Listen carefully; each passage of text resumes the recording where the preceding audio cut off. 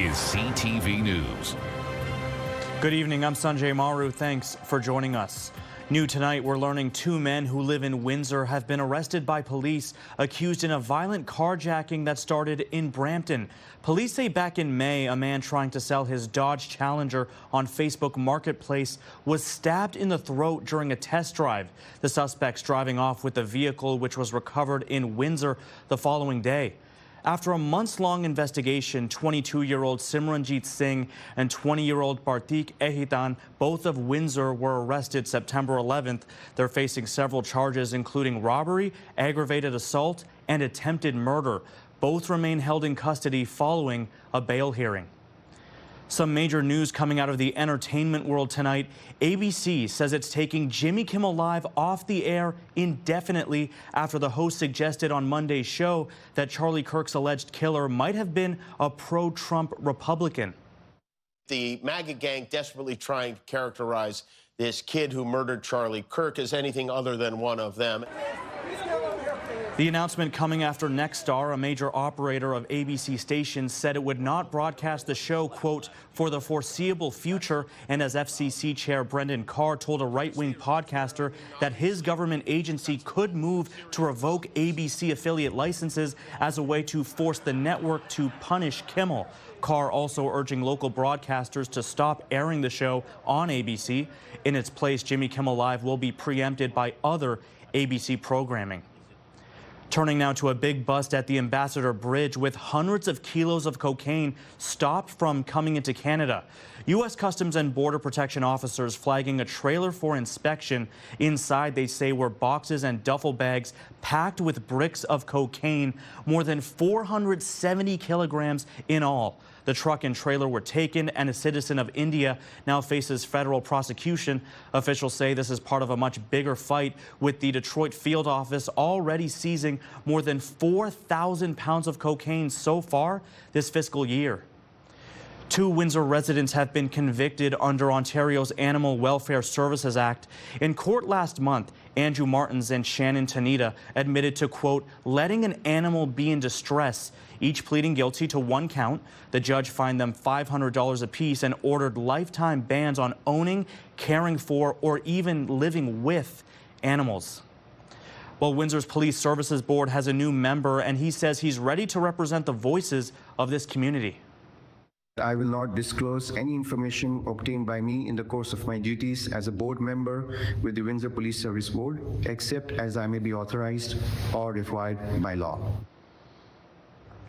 Former Windsor-Essex Chamber of Commerce President Rakesh Naidu was sworn in today as the latest member of the Windsor Police Services Board. With his appointment, he becomes the only person of color on the 7-member panel. The board is currently overseeing the search for a new police chief, with current chief Jason Belair set to retire later this year. A developer is bringing forward plans that would change Windsor's skyline. Auburn Development's presenting plans to residents tonight to create 1,600 rental units at the current CBC property. So I'm all for it. I'm not worried about the parking. I'm not worried about the traffic. I want people here. It brings restaurants. It just brings people downtown. I'd love to see the investment in our neighborhood. That's really important to us. So it would be a huge boon to the neighborhood if it does happen. Plans reveal 5 towers ranging from 17 to 25 stories each at Riverside Drive West and Crawford Avenue. The more than 6-acre complex features 44 townhouse units. Residents are asking the developer to consider including commercial space. Heritage Elements at the CBC property would require certain approvals to demolish the building. Auburn Development says the property remains at least 3 years away from shovels in the ground. This would still require many approvals at City Hall. I think it can sort of extend the downtown to the west a little bit and perhaps allow for some infill development between here and the downtown core, by kind of bookending University and Riverside, at Crawford here. A new minimally invasive form of therapy is promising to stop the decline and, in some cases, even reverse degeneration in people's joints. As CTV's Pauline Chan shows us, it takes components from our fatty tissues and injects them back where they're needed. It was a cycling accident that badly fractured Alex Sadowski's left ankle. He had 2 surgeries, rehab, and was supposed to be healed, but chronic pain had set in. Everybody started telling me, oh, you should have relief, things should be fine, go work out, go on a walk, do these things. And within 20 minutes, 10 minutes, depending on the activity, I would be gassed out and in pain. Then last year, he was referred to Dr. Adrian Lee and tried a new treatment called regenerative matrix therapy. And the concept is we're taking a patient's own fat tissue and injecting it into an area where there's needed because of damage in order to restore function, improve mobility. It's a bit like platelet-rich plasma therapy, but much more directed. Fatty tissue from the abdomen is processed for an hour, and Dr. Lee says they're not exactly sure which components in the tissue are the ones that work to prevent cartilage degeneration, but they work. Many different things. We have endothelial cells, fibroblasts, mesenchymal stem cells, and many other types of cells, and growth factors and extracellular matrix that we use.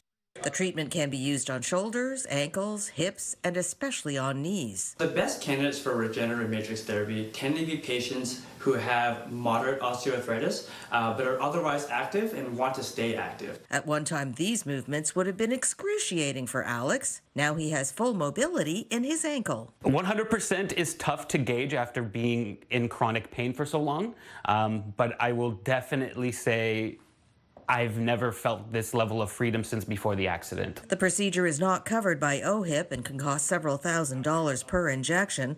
Only one shot is needed, and the effects have lasted up to 4 years in some cases.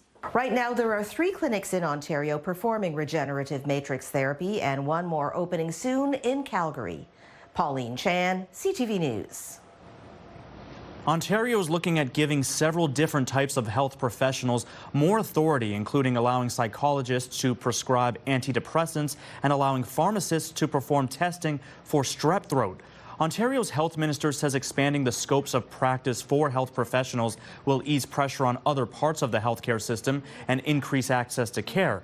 The province is also considering expanding the ability of other professionals, including dental hygienists, physiotherapists, and chiropractors, to order and perform some diagnostic procedures such as X-rays, MRIs, and CT scans. The province may also consider allowing optometrists to perform minor surgical procedures in office.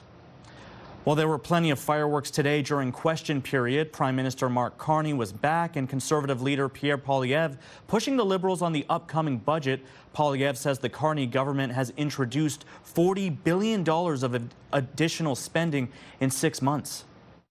Deficits drive up inflation, grocery prices, housing costs, and interest rates. They drive out investment from our country and uncertainty that destabilizes our economy.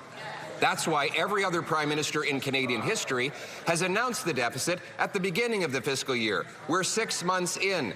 Does he even know the size of his own deficit? The member opposite, the leader of the opposition, just mentioned interest rates. One thing I know is that Canadian interest rates are much lower than American interest rates. They're lower because this country's fiscal situation is strong, because this government has a plan to grow this economy, and we will keep doing it. This comes after the Liberals announced yesterday they will table their federal budget on November 4th. The country's finance minister says the plan will offer a, quote, generational investment in Canada's future. Meanwhile, across the border in Michigan's capital, lawmakers are weighing a first-of-its-kind proposal that would outlaw online pornography altogether.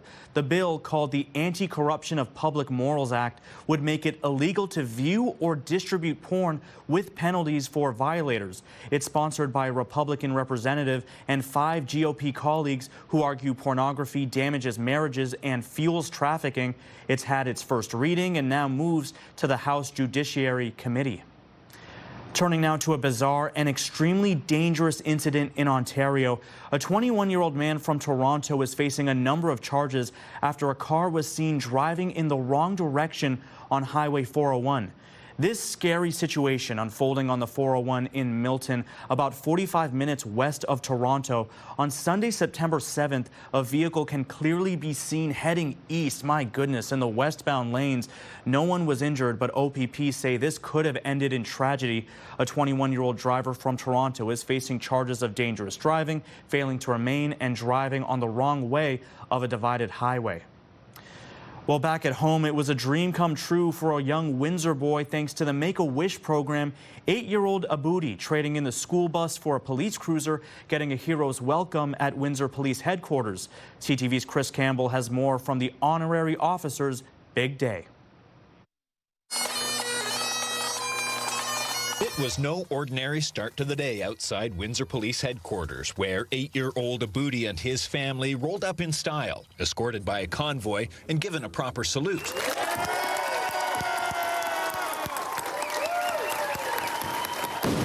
Because today, thanks to Make-A-Wish Canada, his dream of becoming a police officer officially came true. And just seeing the positive effect that a wish has on everybody, not just Aboudi, is just incredible to witness. And the Windsor Police coming together to put such an amazing event together with all these experiences for Aboudi, it's just, he's loving it. We have members of the Windsor Police who have their own children who have faced some significant health challenges, and I think that resonated with them, and a lot of them are involved today and making sure that Aboudi is getting the most incredible experience that he can have, and it's been amazing so far. After being suited up and sworn in as an honorary constable, Aboudi got right to work. He spent the day tackling missions with Windsor's finest after already getting a taste of police life with classmates at Queen Victoria's School yesterday. Yeah, this is a beautiful day for all my family, and I'm so happy to see my son right now. His wish is coming, and I want to thank everyone who helped my son for this is Make-A-Wish. And while the uniform might be small, the impact is anything but. Aboudi was diagnosed with a brain tumor in 2018 and has gone through numerous surgeries and chemotherapy since. I'm cry, my wife cry, everybody cry, the school, the teacher. I hope everything is fine for my son right now. The memories that a wish creates last a lifetime, and for a child that has gone through so many treatments and through a critical illness, it's everything. Make-A-Wish officials say every 2 hours in Canada, a child is diagnosed with a critical illness. For Aboudi and his family, who say he's 99% recovered, this is a day they'll never forget. This is something that the community is going to remember for a long time, and Aboudi and his family will have to just cherish forever and maybe inspire him to become a police officer one day. Chris Campbell, CTV News. Still ahead, after being told to sell off its U.S. assets or face a shutdown, there may be new life for TikTok across the border. CTV meteorologist Gary Archibald joins me now for a look at the forecast as this sunny stretch throughout this week continues. Gary. It's been beautiful of late, and it does indeed continue. Good evening, Sanjay. Good evening, folks. Look at the almanac. We are above seasonal yet again, and it looks like tomorrow will be even warmer than 27 degrees, could reach 29, maybe even 30. And that probably won't even be a record, but several degrees above our average, which is closer to 22 degrees Celsius. Let's talk big picture. The ridge of high pressure is dominating much of the Great Lakes region. For southern Ontario proper, we are in the midst of that ridge, have been for the last 5, 6, almost 7 days now. And that means fair weather, and essentially keeping showers, any rainfall, thunderstorm activity at bay.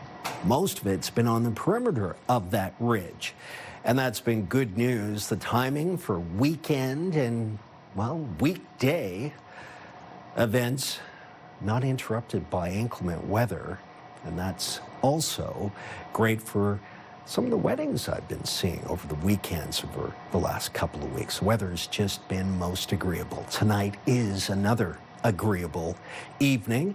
And then tomorrow morning, as we look here, the overnight lows are a pleasant 14 degrees, clear with a calm surface wind, just above, say, 5K. Some areas less than that. 20 degrees already projected at 8 a.m. A mixture of sun and cloud, a bit more of a clearing and sunny through the midday. Looking at 24 degrees at the noon hour, feeling like 29. Humidity will make the peak temperature in the afternoon under mostly cloudy conditions of 29 feel like 34. Can you believe that? Then we'll cool off just a bit. 24 degrees, which would be still 2 degrees above seasonal. Friday, still fair weather. Saturday, Sunday, Monday, Tuesday, and Wednesday. That's 5 days in a row. We will see likely more cloud than sunny breaks. 24 on Saturday, about a 30% chance of showers. Cloudy on Sunday, 26. I think 2 waves of low pressure could bring some showers between Saturday and Wednesday, Thursday of next week. And Tuesday, Wednesday, we could see some late evening showers, and Tuesday turn into some thunderstorm activity for Wednesday. Wherever you are, don't forget your sunscreen. Enjoy your weather, no doubt. Thank you, Gary. Windsor Regional Hospital wants your help as it looks to change its name and brand. After more than 30 years with the same name, the hospital says it no longer reflects its services or the communities it serves. It's launching a 9-month rebranding process, asking staff, patients, and the public to share input through an online survey. Officials say the timing coincides with major redevelopment, including construction of the new Fancy Family Hospital. The survey runs until December 15th with paper and in-person options available. On Caldwell First Nation, there's a new push to tackle invasive Phragmites. The community's project is one of 87 across Ontario, getting support through the Invasive Phragmites Control Fund. The Invasive Species Centre calls the plant the province's worst invader, spreading rapidly and strangling biodiversity. Queen's Park says funding will help protect wetlands, roadways, and community spaces. An East Windsor bar could lose its liquor license after the AGCO ruled it overserved a man involved in a deadly drunk driving crash. It raises tough questions over how much responsibility a bar should bear if someone they serve gets behind the wheel. CTV News previously spoke with one local legal expert on this issue, and tonight our Stephanie Mazzotti is revisiting that conversation. It's an ongoing hot topic. Who should be legally responsible for the actions of drivers who get behind the wheel intoxicated? You shouldn't be driving a car if you can't operate it. The person who drinking is responsible. If he drink, he shouldn't drive. The driver should be responsible, but also the restaurant. I think that the driver should be held responsible. But Kathleen Rushello says restaurants, bars, and their servers should also take accountability. They're all supposed to take smart serve and should be in tune with who they're serving. She's right, according to personal injury lawyer Greg Munforton. If a server is convicted under the Liquor License Act for over-serving a patron to the point of intoxication or beyond, he or she is liable to be fined up to as much as $100,000, as well as up to 1 year in prison. Munforton says intoxicated drivers who get behind the wheel and cause an injury or death hold the majority of blame in court, but at the end of the day, Still dealing with a business that is making a profit by serving people substances which cause them to achieve some measure of, if not intoxication, at least some compromising of their cognitive faculties. The Alcohol and Gaming Commission of Ontario can fine a licensed business up to $50,000 for selling or supplying liquor to anyone who is or appears intoxicated. According to SmartServe Ontario, servers are responsible for an individual long after they leave the bar. They are actually responsible until that person is no longer drunk.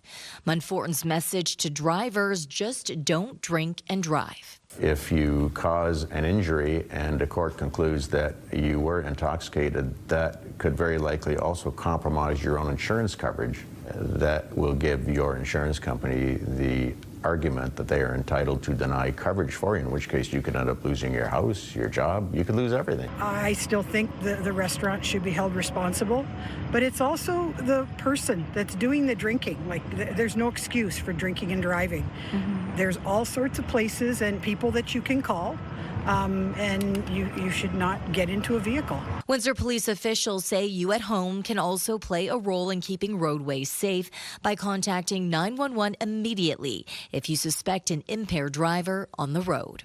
Stephanie Mazzotti, CTV News. The Bank of Canada has cut its key lending rate to 2.5%. In its September interest rate announcement, the central bank reduced its target for the overnight rate by 25 basis points, which now sits at 2.5%. The Bank of Canada says that global economic growth is showing signs of slowing amid higher U.S. tariffs and ongoing uncertainty.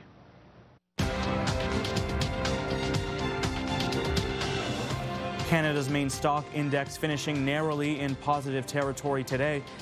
In Toronto, the TSX gained 6 points. In New York, the Dow added 260, the Nasdaq falling 73, the Canadian dollar losing 0.07 of a cent.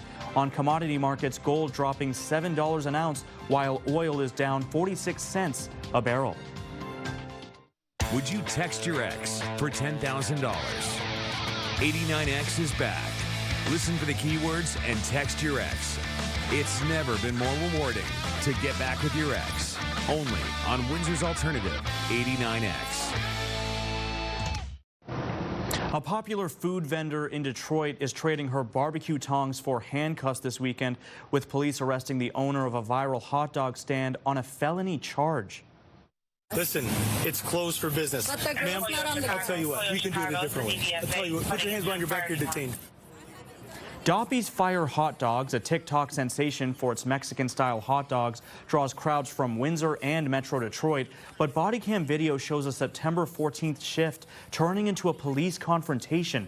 Officers say the vendor was selling without a license and resisted when asked for permits, leading to a felony obstruction charge. Detroit police say this all could have ended with a warning, while customers and neighbors insist this was blown out of proportion.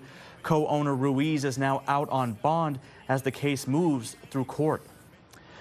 It's an alarming trend becoming more prevalent in cities across the country. Now, police in Hamilton, Ontario, are searching for a woman wanted in a distraction theft that was caught on camera. Take a look. Surveillance footage showing the suspect, believed to be in her 40s, at the victim's door. She embraces the elderly victim and places fake jewelry around her neck. During this interaction, the victim's gold necklace was allegedly stolen. Police say this is an all too common scam. While there's a big competition going on at Jackson Park for the next week, some of the best lawn bowlers in the world are in Windsor for 2 big tournaments. As CTV's Bob Belichico shows us, Team Canada arrived early and got in some early practice. It's the first major competition in Canada in over 30 years. The Atlantic International Challenge is being hosted at the Windsor Lawn Bowling Club starting Saturday. Lawn bowls is a very easy game to play. It is very hard to be good, and these guys are the best in the world, so it's really cool to have them here. Team Canada was on the green this morning, and the players like the facility. Windsor's been great. Our very first national competition, Windsor hosted, so that was 3 years ago, 4 years ago. The volunteers here are lovely, and yeah, it's a great club. I love it here. Just having the first roll up this morning, and the greens are really good, so they'd be one of the best in Canada. So a little bit slower than Australia, but they're nice and true. So. Ryan Bester is the top male lawn bowler in Canada, but lives in Australia. He says if you want to play hockey, you stay in Canada. If you want to play bowls, you go to Australia. They can play 12 months of the year. They love sport, the best climate for the greens, and they probably have about 230,000 members who play bowls in Australia. Ireland, Scotland, and a team from the U.S. will be part of the four-nation tournament. Official practice day is Friday, with the opening ceremony taking place at 4 p.m. I've only been bowling now for 4 years, so it's exciting to get to see other countries. Historically, Scotland's probably one of the top 2 nations in the world, and Ireland's in the top 5. So it's really good for Canada. Bob Belichico, CTV News.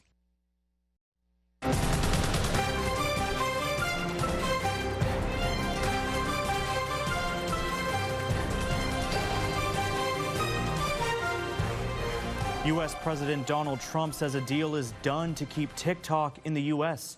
Trump says he will speak with China's president on Friday to confirm the social media platform run by a Chinese company was told it had to sell its U.S. operations or face being shut down. The initial deadline to sell was set for this past January, but Trump has repeatedly delayed the ban. The U.S. president says a buyer will be announced soon. Well, if you live in Windsor, you've likely driven past McDonald's Auto on Eugenie countless times and spotted their artistic statues made out of car parts from Taylor Swift to Prince and Darth Vader. Now you can add to that list a face from right here in the CTV Windsor newsroom. It's fun for, like for you to tell a story about how you were created as a muffler man sculpture, and now like Jimmy's gonna have these stories and Glenn is gonna have these stories. And the you in that clip is Mr. Bob Belichico, immortalized through the medium of mufflers, along with Windsor firefighter Jim Reno and Glenn Willis, who work for Peter Solly at McDonald's Automotive. Solly has made hundreds of sculptures throughout the years, and earlier this year gifted one to former Tonight Show host Jay Leno. Gary is back with a final look at weather. Gary. Sanjay, I think we are in for some beautiful weather tomorrow, if you like it warmer than what we've experienced, and knowing that it's above seasonal and not what we would normally expect at this time of the year, you're in luck, because tomorrow will be slightly warmer, up to 29, maybe even 30 between Windsor, Essex, Chatham, Kent. And fair weather cloud if we do see it at all. I'm not anticipating any shower potential. I mean, real rainfall, perhaps not until next week. Even the weekend, although cloudy for the most part and cooling off a bit, is still above seasonal by a few degrees. 30% chance of showers Saturday. Monday, a 40% chance, and so too for Tuesday and Wednesday, a week from now. Maybe even a thunder shower, and temperatures still in the mid-20s. That's a look at your weather. Have yourselves a good night. Sanjay? You as well, Gary. Thank you. We leave you tonight with some incredible video to show you out of Nebraska, where a man narrowly escapes being crushed by an out-of-control car. If you look at the top right corner of your screen, you see a man cleaning his truck's windshield at a gas station when out of nowhere, another car comes speeding at him but hits a streetlight pole first. He's able to jump out of the way just in the nick of time. The man only suffered minor leg injuries, but his truck was damaged. The driver is facing numerous charges. A reminder of not taking your safety for granted, and that life can change in an instant. That is your news for tonight. I'm Sanjay Maru. Thank you so much for watching this edition of Windsor's News Leader. We'll see you right back here tomorrow night.